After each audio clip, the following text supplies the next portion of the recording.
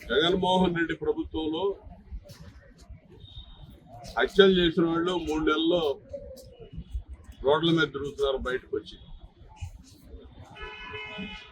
MLC దగ్గర డ్రైవర్గా ఉన్నటువంటి మా దళిత సోదరుడు సుబ్రహ్మణ్యాన్ని హత్య చేసిన ఎమ్మెల్సీ 6 నెలల్లో బయటకు వస్తే రెడ్ కార్పెట్ వేసి స్వాగతం పలికాడు జగన్మోహన్ రెడ్డి. జగన్మోహన్ రెడ్డి మీద కోడి కత్తితో దాడి గీత పడిందని చెప్పి మెడ మీద మా సోదరుడు జనుపల్లి శ్రీనివాసరావు 5 సంవత్సరాల నుంచి జైల్లో ఉన్నాడు.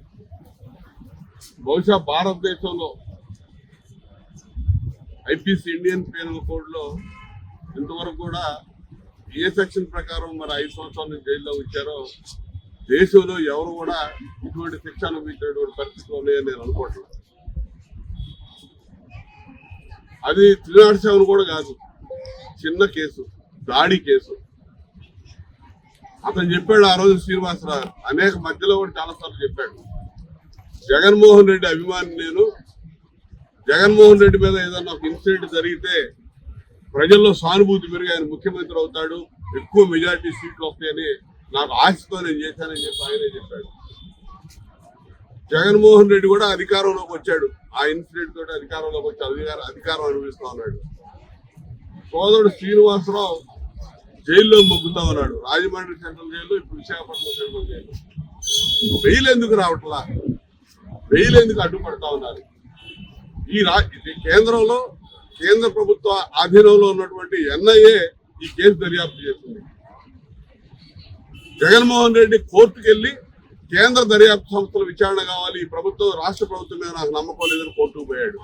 ఎన్ఐఏ దర్యాప్తు చేసి ఛార్జ్ షీట్ ఫైల్ చేసి ఉన్నటువంటి కేసులో, ఛార్జ్ షీట్ కూడా దాఖలైన కేసులో బెయిల్ రాకపోవడం అంటే చాలా విచిత్రంగా కనపడతా ఉంది. ఏ విధంగా అడ్డుకుంటా ఉన్నాడో జగన్మోహన్ రెడ్డి సమాధానం చెప్పాలి. జగన్మోహన్ రెడ్డి బాబాయిని అడ్డగోలుగా గొడ్డలు పెట్టి నరికినటువంటి కేసుల్లో ముద్దాయిలు ఎంపీగా ఉన్నటువంటి అవినాష్ రెడ్డి వీళ్ళందరూ రోడ్ల మీద తిరుగుతుంటారు. దానిలో కుట్ర పాలుందని ఆరోపణలు ఎదుర్కొన్నటువంటి జగన్మోహన్ రెడ్డి బాగానే ఉంటాడు. తన మీద దాడి జరిగిందన్నటువంటి శ్రీనివాసరావు మాత్రం 5 సంవత్సరాల నుంచి జైల్లో ఉన్నాడు. నువ్వు అసలు కోర్టు పోయి సాక్ష్యం చెప్పమంటే సాక్ష్యం చెప్పడు ముఖ్యమంత్రి. నువ్వు ముఖ్యమంత్రి అయితే ఎవరికి ఎక్కువయా? నువ్వు వెళ్ళి మా సోదరుడు జైల్లో 5 సంవత్సరాల నుంచి మగ్గుతా ఉంటే నీ మీద హత్యాయత్నం దాడి ఈ ముద్దాయి చేశాడా లేదని చెప్పు. నువ్వేం చెప్పాలనుకున్నావు? నువ్వు ఎందుకు చెప్పవు? దళిత సోదరుడు మగ్గిపోతా ఉన్నాడు, అతనితో పాటు అతని కుటుంబ సభ్యులు, స్నేహితులు అనేక రకాలుగా ఇబ్బందులు పడతా ఉన్నారు. ఒక జీవితం పోతా ఉంది ఒక పిల్లవాడిది. నువ్వెందుకు సమాధానం చెప్పు? నువ్వెందుకు సాక్ష్యం చెప్పు?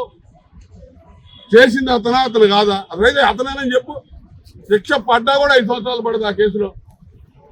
పనికి మాలిన ముఖ్యమంత్రి దళితుల మీద దమనకాండ 4 సంవత్సరాలు 8 నెలల నుంచి సాగిస్తానే ఉన్నాడు. హత్యలు చేశారు, అఘాయిత్యాలు చేశారు, మానభంగాలు చేశారు, శిరోముండాలు చేశారు, మూత్ర విసర్జన చేసి అవమానించారు. ఎప్పుడు ఎక్కడ జరగనటువంటి సంఘటనలు ఈ రాష్ట్రంలో జగన్మోహన్ రెడ్డి అధికారంలోకి వచ్చినా జరిగినాయి. ఇవాళ మా దళిత సోదరుడు కోడికత్తి సీను ఇవాళ సెంట్రల్ జైల్లో నిరాహార దీక్ష చేస్తా ఉన్నాడు. దానికి మద్దతుగా ఇక్కడ వాళ్ళ తల్లి సోదరుడు 3 రోజుల నుంచి నిరాహార దీక్ష చేస్తా ఉంటే నిన్న దౌర్జన్యం చేసి వారికి మద్దతుగా దీక్షలో అన్ని విధాలు సహకరిస్తున్నటువంటి సమతా సైనిక దళ కార్యకర్తల్ని, నాయకుల్ని అందరి మీద దౌర్జన్యం చేసి రాత్రి తెల్లవారుజామున మొత్తాన్ని ఈడ్చుకొచ్చి హాస్పిటల్లో పెట్టారు. ఖైదీలు చూసినట్టు చూస్తా ఉన్నారు హాస్పిటల్లో కూడా. అక్కడ పోలీస్ ఫోర్స్ పెట్టి సిగ్గుండాలి ఈ ప్రభుత్వానికి. అంబేద్కర్ విగ్రహం ఇక్కడ వేసావు కదా, పోయి అంబేద్కర్ గారికి మొర పెట్టుకుంటామని చెప్తే కూడా పోనివ్వకుండా తీసుకొచ్చి ఇక్కడ పెట్టారు. నువ్వు ఎన్ని రోజులు ఆపుతావు?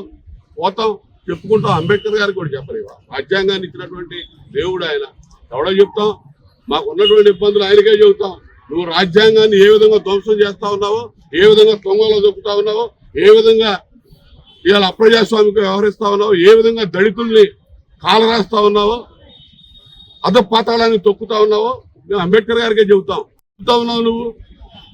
నిరాహార దీక్ష, శాంతియుతంగా నిరాహార దీక్ష చేస్తున్నటువంటి తల్లిని, కోడికత్తి శ్రీను తల్లిని, సోదరుని, సమతా దళ సైనికుల్ని నువ్వు తీసుకొచ్చి నిర్బంధించి ఏం చేయాలనుకుంటున్నావు? ఇది అంతం కాదు, ఆరంభం. గుర్తుపెట్టుకో. నీ బతుకు మొత్తం ఇంక 80 రోజులే ఉంది. నీకు మొదలైంది ఇవాళ 80 రోజులే ఉంది. ఇక ఎన్నికలు దగ్గర పడే రోజులు. నీకు సహకరిస్తున్నటువంటి అధికారులు కూడా గుర్తుపెట్టుకోండి. ఇవాళ ఇమ్మీడియట్ గా నువ్వు కోర్టుకు వెళ్ళు, అరెస్ట్ చేయండి. ఎన్బిడబ్ల్యూ ఇష్యూ చేయాలి. కోర్టులు కూడా ఎందుకు మరి చోద్యం చూస్తామని అర్థం కావట్లా. ఎన్బిడబ్ల్యూ ఇష్యూ చేయాలి. సాక్షి అనేవాడు 1, 4 సార్లు 10 సార్లు తప్పించుకుంటా ఉంటే ఏం చేయాలి? కోర్టులు ఎన్బిడబ్ల్యూ ఇష్యూ చేసి తీసుకొని సాక్ష్యం చెప్పించాలి. ఎందుకు వదిలిపెడతా ఉంది? అతను అక్రమ కేసుల్లో 43,000 కోట్లు అడ్డగోలుగా దోపిడీ చేసిన కేసుల్లో తప్పించి తిరుగుతా ఉన్నాడు. ముఖ్యమంత్రి పదవిని అడ్డం పెట్టుకొని కేసుల విచారణ ముందుకు సాగకుండా తప్పించి తిరుగుతా ఉన్నాడు. అతని మీద దాడి చేశాడని చెప్పి ఒక అమాయకుడిని జైల్లో పెట్టిన కేసులు సాక్ష్యం చెప్పకుండా తప్పించి తిరుగుతా ఉన్నాడు. ఎన్ని అంశాల్లో తప్పించి తిరుగుతావు జగన్మోహన్ రెడ్డి? ప్రజల నుంచి తప్పించుకుంటావా? తప్పించుకోలేవు. ప్రజా క్షేత్రం నుంచి నువ్వు 80 రోజుల్లో నువ్వు బయటకు వెళ్ళిపోతా ఉన్నావు. ఎక్కడికి వెళ్తావో తెలియదు. అప్పుడు మాత్రం నువ్వు తప్పించుకోలేవు. ఇప్పుడంతా తప్పించుకుంటా ఉన్నావు. అప్పుడు నువ్వు జైల్లో పెట్టి విచారిస్తారు. నీ కేసులన్నీ కూడా శాశ్వతంగా జైలు పాలవుతావు. గుర్తుపెట్టుకో. నువ్వు మా సోదరుడు శ్రీనివాసుని ఇదే విధంగా అనేక మంది నువ్వు ఏ విధంగా హింసిస్తా ఉన్నావు, ఈ విధంగా జైలు పాడు చేసావో ఇదంతా కూడా నీకు ఇంతకింత ఈ పాప పరిహారం నువ్వు ఖచ్చితంగా అనుభవించి తీరుతావు అని చెప్పి నేను హెచ్చరిస్తా ఉన్నాను.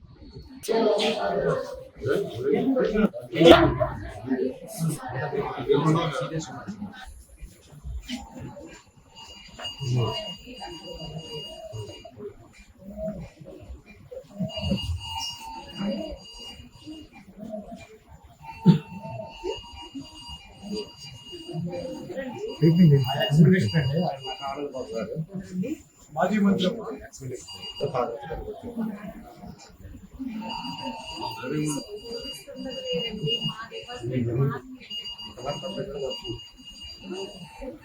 సెక్రటరీ